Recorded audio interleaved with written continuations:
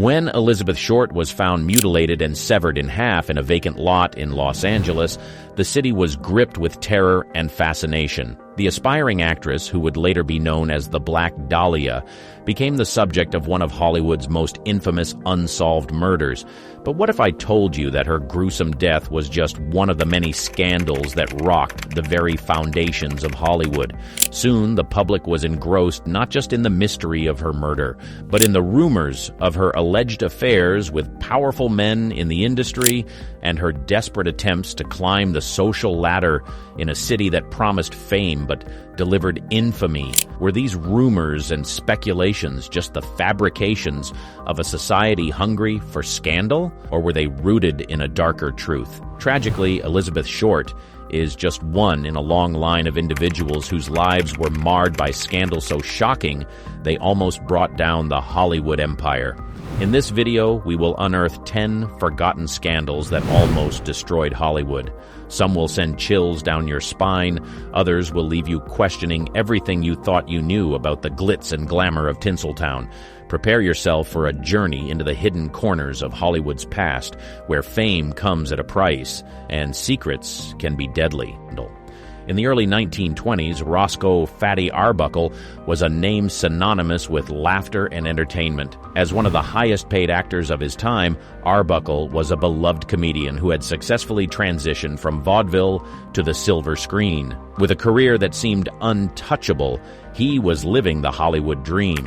But all of that came crashing down over the course of a single weekend. On Labor Day weekend in 1921, Arbuckle decided to take a break from his hectic filming schedule. He, along with a few friends, checked into 3 rooms at the St. Francis Hotel in San Francisco. The plan was simple: to relax and enjoy a weekend of revelry. But what transpired in room 1219 would become one of the most infamous scandals in Hollywood history. Virginia Rapp, a young aspiring actress, was among the guests at Arbuckle's party. During the festivities, Rapp fell seriously ill. She was found writhing in pain on a bed in one of the rooms, and within days, she was dead. The cause of death was peritonitis caused by a ruptured bladder. But how did this happen? Rumors began to circulate, painting a grim picture. Some claimed that Arbuckle had sexually assaulted Rapp, causing her fatal injuries. The story was sensationalized by the press, fueled by the testimony of Maud Delmont, a woman who had accompanied Rapp to the party, but whose credibility was later questioned. Arbuckle was arrested and charged with manslaughter. What followed were 3 highly publicized trials. The first 2 ended in hung juries, deeply dividing public opinion. The third trial, however, acquitted Arbuckle, with the jury even issuing a formal apology for the ordeal he had been put through, but the damage was done. Despite his acquittal, Arbuckle's career never recovered. The scandal led to a public outcry for censorship in Hollywood, contributing to the establishment of the Hays Code, which regulated film content for decades to come. Arbuckle, once a king of comedy, was reduced to directing under a pseudonym, his reputation forever tarnished.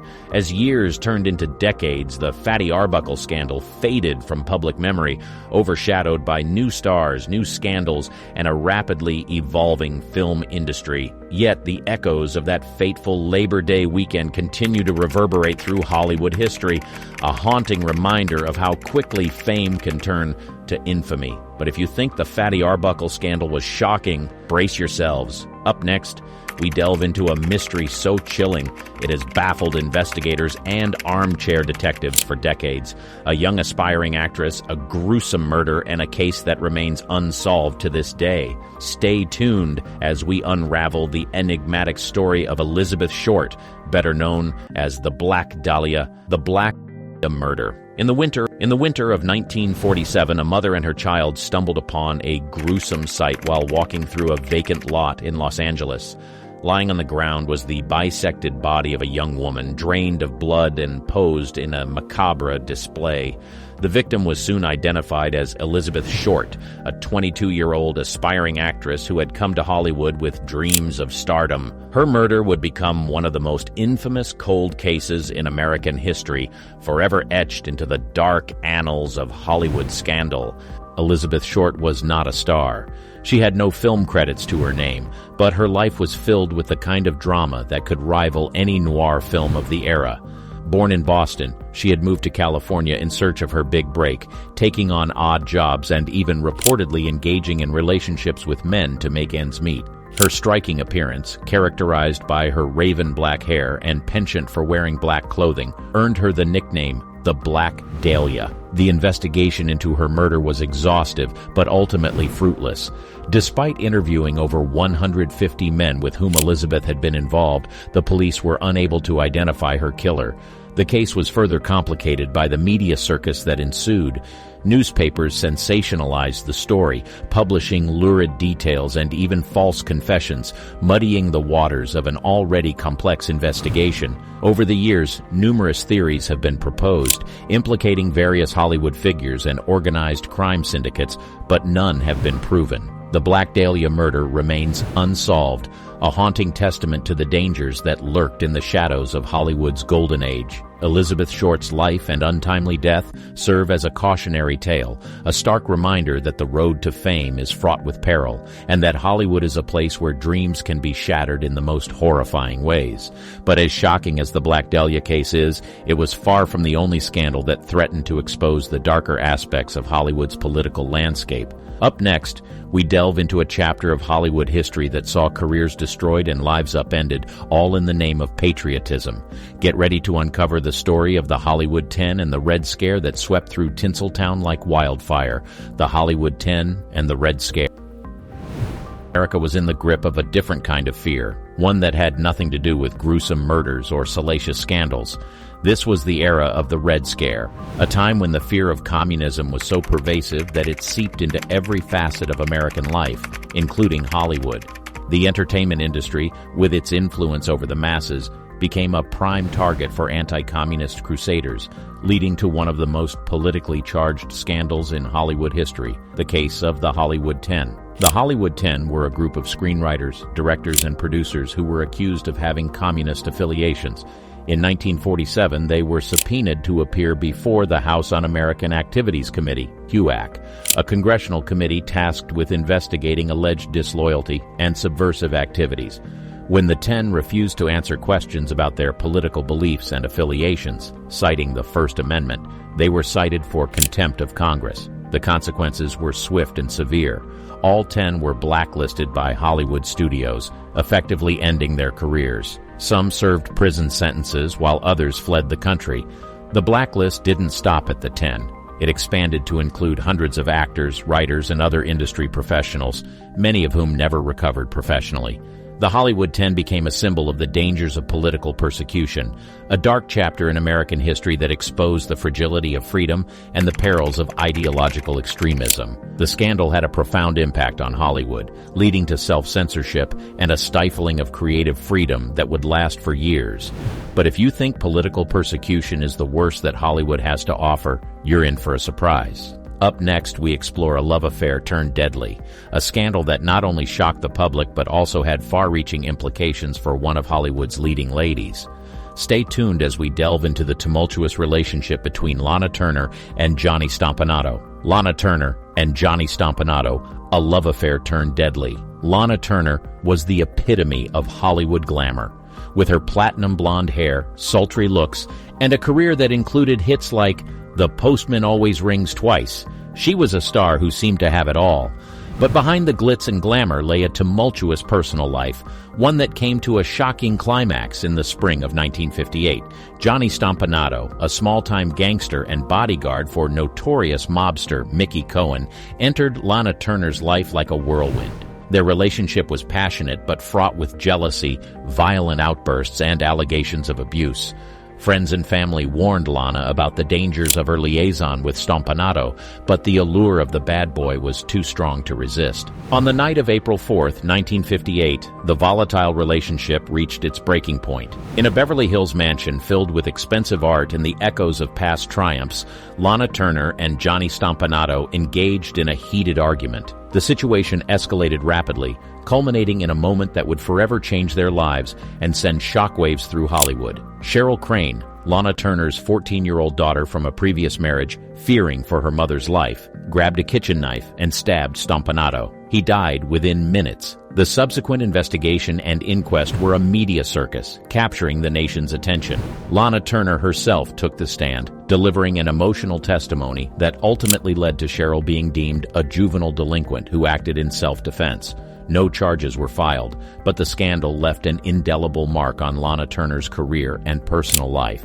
The Lana Turner-Johnny Stompanato affair serves as a grim reminder that the line between love and obsession is perilously thin, and that even in the land of make-believe, real-life tragedies can unfold in the most horrifying ways. Next, we turn the clock back to the Roaring '20s, a time of jazz, flappers, and prohibition. But it was also a time when one of Hollywood's brightest stars would find herself embroiled in a scandal involving murder, mystery, and a love triangle gone horribly wrong. Stay tuned as we uncover the shocking story of silent film actress Mary Miles Minter. The Confidential magazine exposed. In the 1950s, a magazine hit the newsstands that would forever change the way Hollywood scandals were reported. Confidential magazine, with its bold red cover and sensational headlines, promised to reveal the secrets that Hollywood didn't want you to know. It was tabloid journalism at its finest, or its worst, depending on your perspective. Confidential magazine was founded by Robert Harrison, a New York publisher who saw an opportunity to capitalize on America's growing obsession with celebrity culture. The magazine's formula was simple: dig up dirt on Hollywood's biggest stars and present it in the most salacious way possible. From secret affairs and hidden sexual orientations to drug addictions and criminal activities, nothing was off limits. The magazine quickly gained notoriety, selling millions of copies and becoming a thorn in the side of Hollywood's elite. Stars lived in fear of being the next target, and studios went to great lengths to protect their prized assets. But Confidential wasn't invincible. It faced numerous lawsuits, most notably from actor Errol Flynn and singer Liberace, both of whom won defamation cases against the magazine.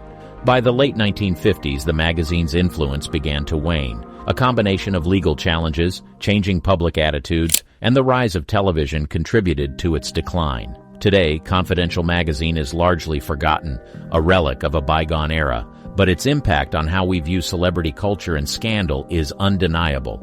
It paved the way for the tabloids and gossip websites of today, forever altering the relationship between stars and the public. But if you think the media's role in Hollywood scandal ends here, you're sorely mistaken. Up next, we delve into the mysterious circumstances surrounding the death of George Reeves, TV's original Superman, and how media speculation fueled a mystery that remains unsolved to this day. The death of George Reeves. The death of George Reeves. George Reeves was a household name in the 1950s, thanks to his iconic portrayal of Superman on the popular television series Adventures of Superman. With his chiseled jawline and charismatic smile, Reeves seemed invincible both on screen and off. But on June 16, 1959, the man who could leap tall buildings in a single bound was found dead in his bedroom from a gunshot wound to the head. The official cause of death was ruled a suicide, but many questions remain unanswered, fueling speculation and conspiracy theories that persist to this day. Reeves had a career that spanned both film and television, but it was his role as Superman that brought him fame. However, that fame came at a cost. Typecast and struggling to find roles that could distance him from the Man of Steel, Reeves became increasingly frustrated and despondent. His personal life was equally complicated, entangled in a love affair with Toni Mannix, the wife of MGM executive Eddie Mannix, a man known for his mob connections and ruthless reputation. On that fateful night in June, Reeves was reportedly entertaining guests at his Los Angeles home. The guests claimed to have heard a gunshot from upstairs, rushing to find Reeves' lifeless body. Despite the suspicious circumstances, including the presence of multiple bullet holes in the room and conflicting accounts from those present, the police quickly concluded that Reeves had taken his own life.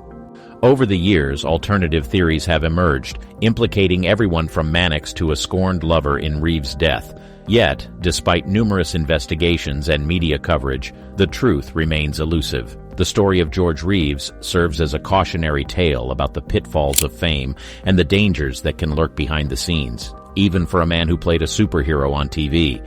But as we've seen, Hollywood's history is rife with scandal and tragedy. Up next, we explore the real-life drama that inspired a classic film and how it led to a scandal that rocked Hollywood to its core. 7.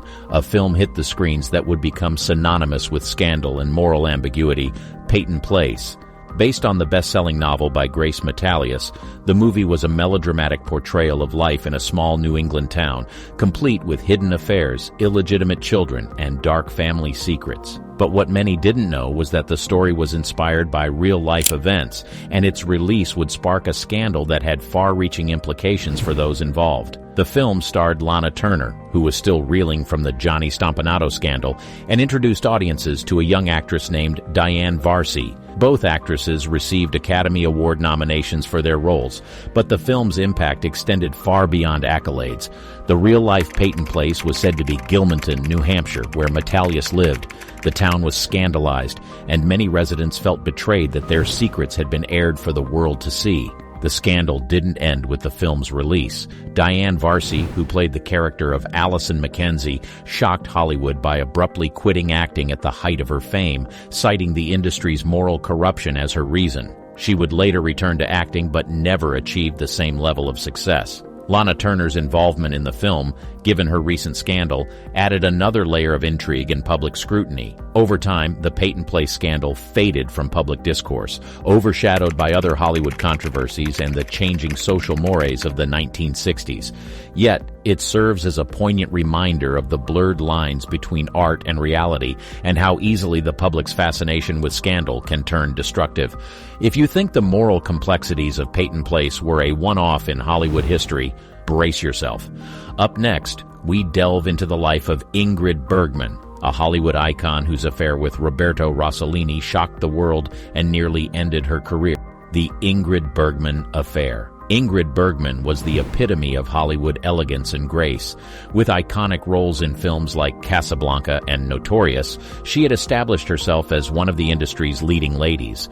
But in 1950, Bergman's pristine image was shattered when she embarked on an affair with Italian director Roberto Rossellini, a scandal that would jeopardize her career and make her a pariah in the eyes of the American public. The affair began while Bergman was still married to her first husband, Petter Lindstrom, and Rossellini was also married at the time. The two met while working on the film Stromboli, and their chemistry was undeniable. News of the affair broke when Bergman became pregnant with Rossellini's child, leading to a public outcry that was astonishing in its intensity. Bergman was denounced on the floor of the United States Senate, and Ed Sullivan refused to have her on his show, fearing public backlash. The scandal had a profound impact on Bergman's career. She was effectively blacklisted in Hollywood and would not appear in an American film for nearly 7 years. During this period, she lived in Italy, continuing to make films with Rossellini, but none achieved the commercial success she had enjoyed in the United States. However, Bergman's story is also one of redemption. She eventually made a Hollywood comeback with the film Anastasia in 1956, for which she won her second Academy Award. The American public seemed willing to forgive, if not forget, and Bergman continued to have a successful career until her death in 1982. The Ingrid Bergman affair serves as a compelling example of the double standards that have often existed in Hollywood, where male stars were frequently excused for similar behavior. It also reflects the societal norms of the 1950s, a time when divorce and adultery were far less accepted than they are today. Next, we explore the tragic life of Dorothy Dandridge, the first African-American actress to be nominated for an Academy Award, and how her groundbreaking career was marred by tragedy and systemic racism. The Dorothy Dandridge tragedy. Dorothy was a trailblazer in every sense of the word. With her stunning beauty and immense talent, she broke racial barriers in Hollywood, becoming the first African-American actress to be nominated for an Academy Award for Best Actress for her role in the 1954 film Carmen Jones. But behind the glamour and the accolades lay a life filled with hardship and tragedy, a life that serves as a stark reminder of the racial inequalities that plagued Hollywood and America at the time. Born in 1922 in Cleveland, Ohio, Dandridge faced adversity from a young age. Her parents separated before she was born, and she was raised by her mother, Ruby Dandridge, who was also an actress. Dorothy and her sister Vivian began performing as children, but it was clear early on that Dorothy had a special gift. Despite her talent, Dandridge faced systemic racism at every turn. She was often relegated to stereotypical roles and was paid far less than her white counterparts. Even at the height of her fame, she was not immune to the segregation and discrimination that were rampant in the United States. During one infamous incident, she was told she could perform at a Las Vegas hotel but could not stay there or use its swimming pool because she was black. Dandridge's personal life was equally fraught. She was married twice, first to dancer Harold Nicholas, with whom she had a daughter, Harolyn, who was born with brain damage. Her second marriage to Jack Dennison ended in financial ruin and emotional distress. Tragically, Dandridge was found dead in her West Hollywood apartment in 1965 at the age of 42. The official cause of death was ruled an accidental overdose of antidepressants. Her life and career stand as a testament to both how far we've come in terms of racial equality and how far we still have to go. Dorothy Dandridge's story is a haunting tale of what could have been, a life and career cut short, not just by personal tragedy, but by the systemic racism that pervaded Hollywood and American society. Up next, we delve into the controversial life of Roman Polanski, a director whose artistic achievements have often been overshadowed by his scandalous personal life.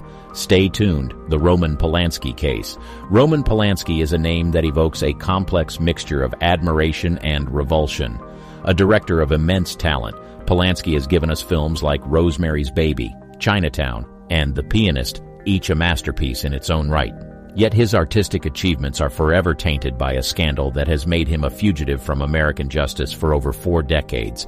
The scandal erupted in 1977 when Polanski was arrested and charged with the sexual assault of a 13-year-old girl. At the time, Polanski was already a controversial figure, having survived the Holocaust and the brutal murder of his pregnant wife, Sharon Tate, by the Manson family.